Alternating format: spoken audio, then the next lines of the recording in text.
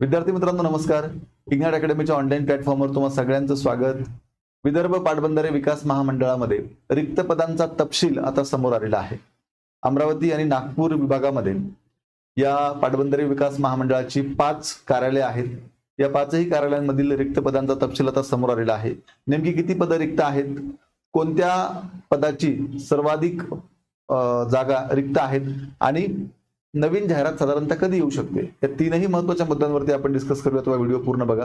व्हिडिओला स्टार्ट करण्याअगोदर एक महत्त्वाची माहिती सांगतो. इथून पुढे होणाऱ्या सर्व सरळ सेवा परीक्षांची तुम्ही तयारी करत असाल तर तुमच्यासाठी इग्नाइट अकॅडमीच्या माध्यमातून सरळ सेवेची TCS IBPS पॅटर्नवरती आधारित सर्वसमावेशक बॅच उपलब्ध करून देण्यात आलेली आहे. या बॅचमध्ये इग्नाइट अकॅडमीच्या सर्व तज्ञ शिक्षकांनी शिकवलेलं आहे. PDF स्वरूपात notes, test series, doubt clearing session, 1 वर्षापर्यंत किती वेळा बॅच पाहण्याची सुविधा आहे. तेव्हा इग्नाइट अकॅडमीचं ॲप डाउनलोड करून तुम्ही बॅच जॉईन करा. बघा काय आहे बातमी. विदर्भ पाटबंधारे विकास महामंडळात तब्बल 5817 पदांचा अनुशेष. बघा 5817 पदं म्हणजे ही खूप मोठी पदसंख्या आहे जी रिक्त आहे. संपूर्ण बातमी आपण समजून घेऊया. बघा या ठिकाणी नागपूर अमरावती विभाग 11,039 पदं आहेत मंजूर.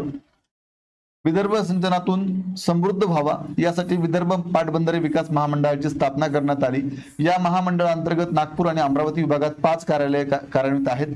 मात्र मंजूर 11,039 पदांपैकी केवळ 5,222 पदेच भरण्यात आली आहेत. त्यामुळे महामंडळात तब्बल 5,817 पदांचा अनुशेष निर्माण झालेला आहे. 5,817 पदं जी आहेत ती रिक्त आहेत. आता विदर्भात सर्वाधिक शेतकरी आत्महत्या झाल्या आहेत. आतापर्यंत आपण जर पाहिलं तर सर्वाधिक शेतकरी आत्महत्या कुठे होतात तर विदर्भामध्ये होतात. तर शेतकरी आत्महत्येचे सत्र आजही थांबलेले नाही. विदर्भातील शेतकरी खरीप हंगामातच अधिक लागवड करतात. निसर्गाने दगा दिला तर शेतकऱ्यांच्या हाती नुकसानीशिवाय काहीच लागत नाही. त्यामुळे विदर्भातील शेतकऱ्यांना सिंचन सुविधा उपलब्ध करून देण्याच्या हेतून विदर्भ पाटबंधारे विकास महामंडळाची स्थापना करण्यात आलेली आहे. म्हणजे हे जे काही विदर्भ पाटबंधारे विकास महामंडळ आहे हे अत्यंत महत्त्वाचं आहे. शेतकऱ्यांच्या जीवनामध्ये या महामंडळाची भूमिका खूप महत्त्वाची आहे. खरं तर अलीकडच्या काळामध्ये शेतकरी आत्महत्येचं प्रमाण वाढलेलं असताना खरं तर या पाटबंधारे विभागामध्ये एकही पद रिक्त नको, पण तब्बल 50% जागा ज्या आहेत त्या रिक्त आहेत हे लक्षात घ्या. मग आता हे जे 5 कार्यालय आहेत या 5 कार्यालयामध्ये रिक्त पदांची आकडेवारी कशी आहे ते बघा. कार्यकारी संचालक विदर्भ पाटबंधारे विकास महामंडळ यामध्ये एकूण 10 पदं मंजूर आहेत. त्यापैकी 9 आहे कार्यरत आणि 1 पद रिक्त आहे.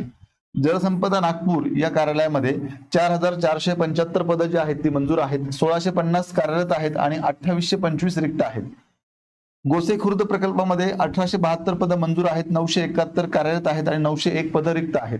जलसंपदा अमरावती यामध्ये 2,593 पदं मंजूर आहेत. 1,495 कार्यरत आहेत आणि 1,098 पदं जी आहेत ती रिक्त आहेत. त्यानंतर